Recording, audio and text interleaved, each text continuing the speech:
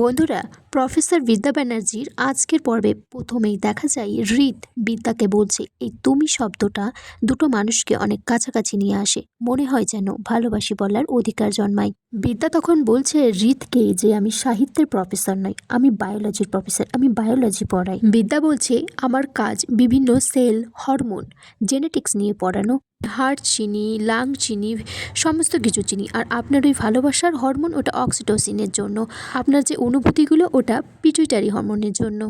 তখন বিদ্যাকে কাশ্যপ ব্যানার্জি ফোন করে, বলে যে বিদ্যা, কাল যা যা ঘটেছে তার জন্য আমি দুঃখিত, আমি শ্রাবণকে বুঝিয়েছি। বিদ্যা তখন বলছে এছাড়া তার কোনো উপায় ছিল না, কারণ আপনি চান আপনার মেয়ে ফাগুন পাত্রস্থ হোক। বিদ্যা বলছে আপনি চান আপনার মেয়ে ফাগুনের বিয়ে যাতে রাজজিৎ চ্যাটার্জির সাথে হয়। বিদ্যা তারপর কাশ্যপ ব্যানার্জিকে বলছে আপনাদের ব্যবসার জন্য এই কলেজের উপর যেন কোনো রকম প্রভাব না পড়ে, আশা করি আপনি এই প্রতিশ্রুতিটা রাখবেন। এদিকে বিদ্যা অনেক জামাকাপড় নিয়ে তাদের বাড়িতে ঢুকছে, তার আগেই সে মনে করছে তার বাবা আর মা তাকে কি বলেছিল।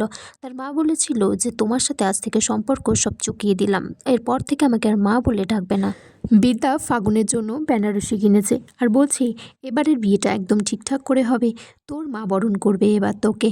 তখন সেখানে বিদ্যার সৎ মা আসে আর বলছে যে এবার সব কিছু ঠিকঠাক থাকবে তো। বিদ্যা বলছে আমি নিজের কথা দিচ্ছি এবার বিয়েটা ঠিকঠাকই হবে। তখন পিহু এসে বলছে সেটা কি করে সম্ভব, রাজদীপ তো সবার সামনে বিদ্যার মাথায় সিঁদুর পরিয়ে দিয়েছিল, ও সিঁদুর জল করছিল, ওখানে যারা ভিডিও করছিল, ছবি তুলছিল, তাদের কাছে এখনও আছে সেই ছবিগুলো। পিহু তখন বলছে যে এই বিয়েটা একটা ডিল। তখন বিদ্যা বলছে হ্যাঁ সবটা একটু ডিল, আমার মাকে সৎ মাকে মা বলে ডাকাটাও তো একটা ডিল ছিল, আর আমার বাবা তাকেও তো একটা ডিলের মধ্যে দিয়েই আমি মেনে নিয়েছি। আমার বাবাও তো বলেছে মিস্টার রাজদীপ চ্যাটার্জির ছেলের সাথে মিস্টার রাজদীপের সাথে ফাগুনের বিয়ে দেবে।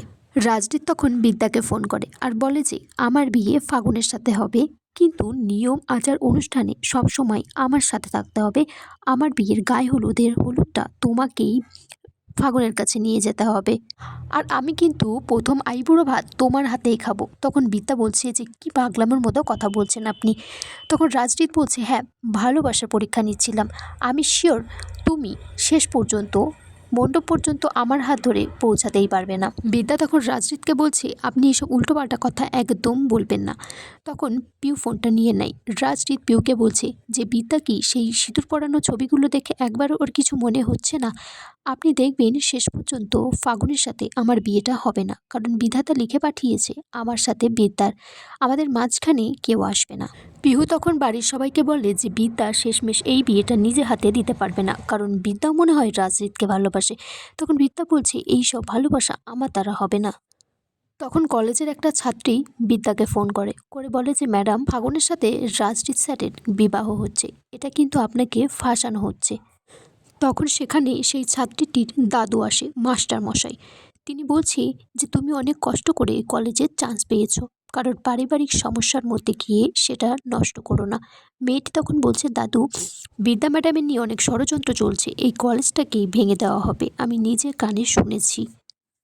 তখন মাস্টারমশাই বলছে বিদ্যার উপর ভরসা আছে, আমরা মাস্টাররা যেটা করতে পারিনি বিদ্যা প্রফেসর হয়ে সেটা করবে, কারণ ও বাংলাকে ভালোবাসে, বাংলা ভাষাকে ভালোবাসে, ঈশ্বরচন্দ্র, রবীন্দ্রনাথ ঠাকুর এদেরকে মনে রাখে। এদিকে পিহু বিদ্যার কাছে এসে বলছে তুমি সকলের কাছ থেকে পালিয়ে এলে বিদ্যা, তুমি কি একবারও মনে হচ্ছে না যে ছেলেটা তার সর্বস্ব দিয়ে তোমার মাথায় সিঁদুর দিয়ে দিল, তোমার কি সংস্কারে বাঁচছে না?